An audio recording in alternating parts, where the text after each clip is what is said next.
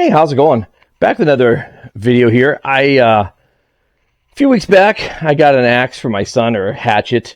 It was the cheapest axe I could find on Amazon. This one was the same price. It was a sub $15 hatchet. It is the Ivy Classic Camper's axe with a hickory handle, 1 1/4 pound, genuine hickory. And I had some questions last time about how I prepped that axe. This one you can kind of see, looking at the grip of my hand here. It's a little big for a kid's axe or a boy's axe. The handle weight's fine. It's actually not bad grain in the hickory. You can kind of see it's fairly straight grain. So I'll show you how I prep this axe. A couple things you're going to need. I use a spoke shave. You can use sandpaper. I'll also use some sandpaper as well. And yeah, I'll just show you how we prep it. All right, so I'm over here at my vise, and I'll just take a piece of cardboard, just put it on the head of the axe or hatchet, just to keep it from getting marred by my bench vise. And we'll put it in the bench vise. I like to put a handle facing towards me. And we'll make sure it's not going to go anywhere. That's good enough. All right, so now that we got a better view of things, I'll show you kind of what I do. So I'm just using the spoke shave. I got it real cheap, but so this handle's just too thick for my son's hand. So what we're going to do is we're going to thin this handle down a little bit, and I just do that by pulling the spoke shave. There you go. All right, so now we got everything kind of in. I'm just following the contour of the handle already, and just kind of taking it down.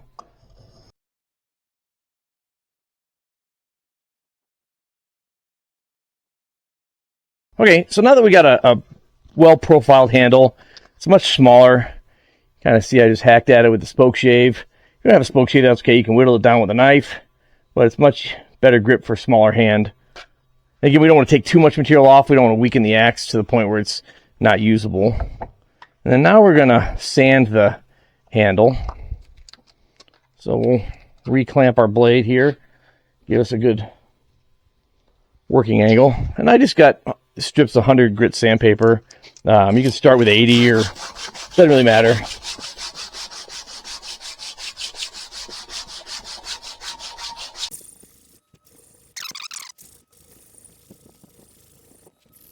Again, you don't have to do this by hand. You can also just grab a power sander if you want, or a Dremel, whatever you want. Point is just trying to smooth it up, make it a little bit more comfortable to grip.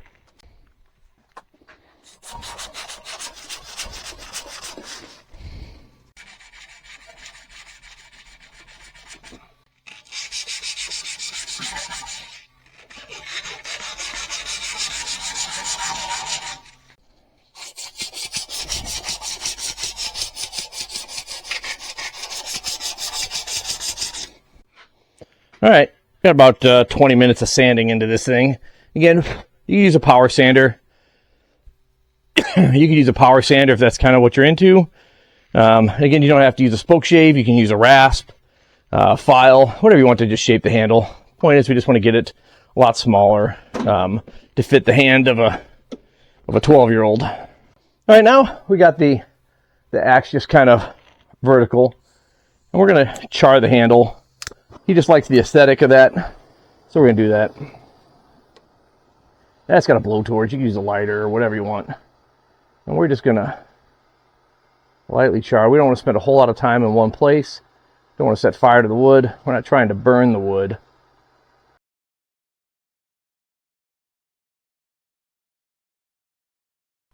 All right, now we got a nice char on the wood. While it's still warm, you can do boiled linseed oil.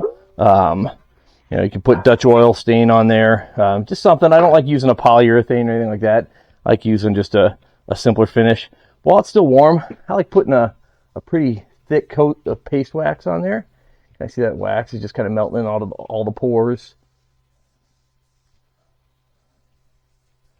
And we'll get a pretty heavy coat on there.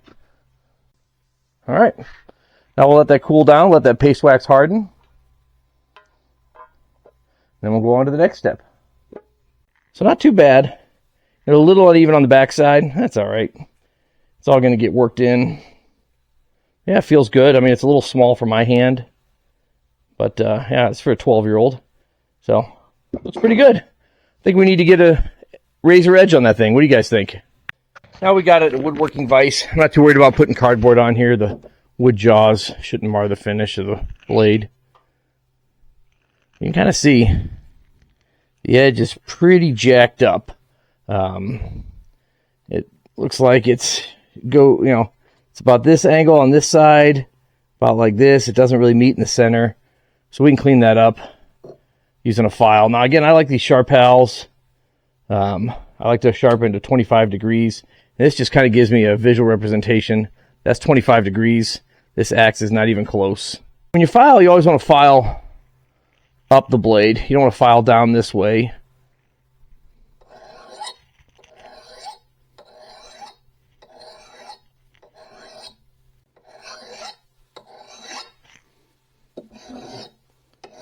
Well, that's pretty crusty.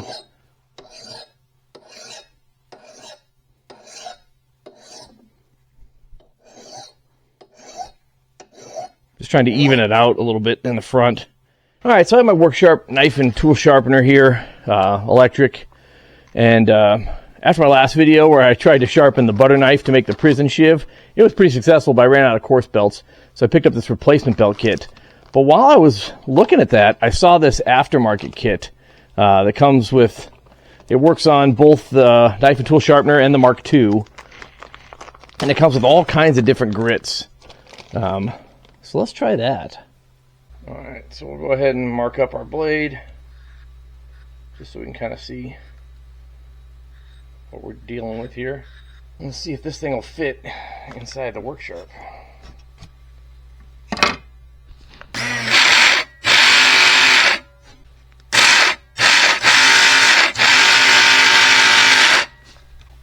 Yeah, so the coarse belt that comes with this is just a little thicker than the normal coarse belt, and it's rubbing on here.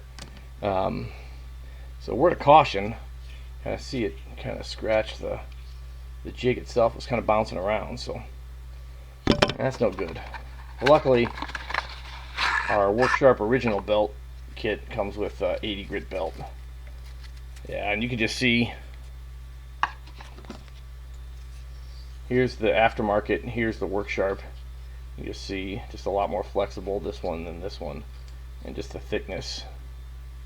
So yeah, word to the wise, I don't know if I'd use the 80 degree belt in that aftermarket kit.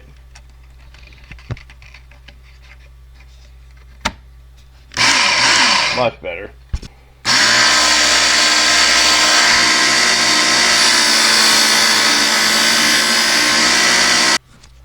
There's a 120. Let's try a 120 on the aftermarket kit. Again, we weren't too impressed with the 80. Well, let's do a 120. Again, this belt feels really stiff. So that 120 feels like it's a much better belt than the aftermarket 80. Let's try a couple passes.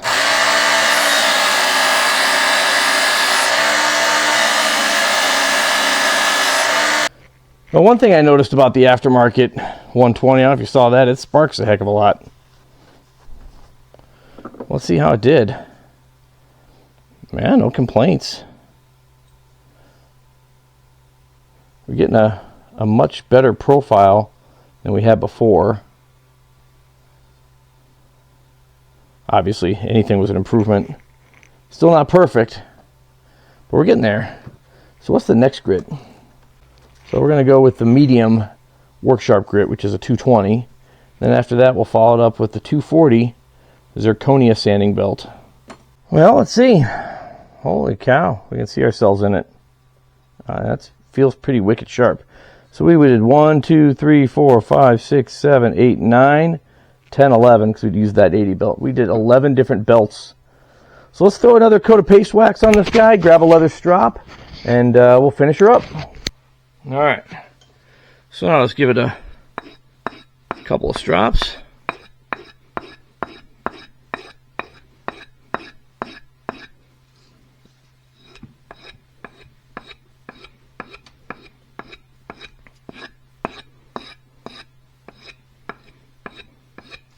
All right, now we'll just rub that paste wax out.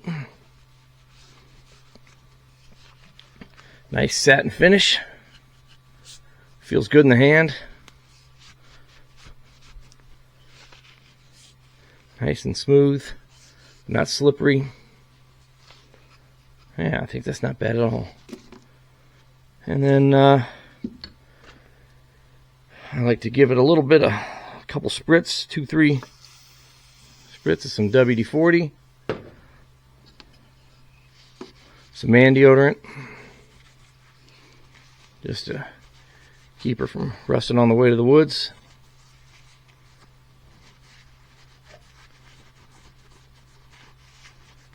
Should we give it the sharpness test? I think this thing's pretty sharp. I mean, shoot, it should be. We went through 11 grits. Now, of course, you could go with a file, and you could go with a sharpening stone, or whatever your preferred sharpening method is. I would say that I didn't want to spend 45 minutes working on an axe, but I spent 45 minutes working on this dang hatchet. So let's just see if she passes. Well, I don't have a whole lot of hair left. Oh yeah.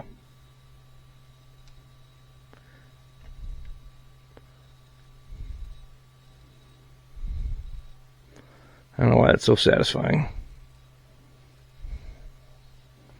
Yep. She's hair shaving sharp. And there you have it.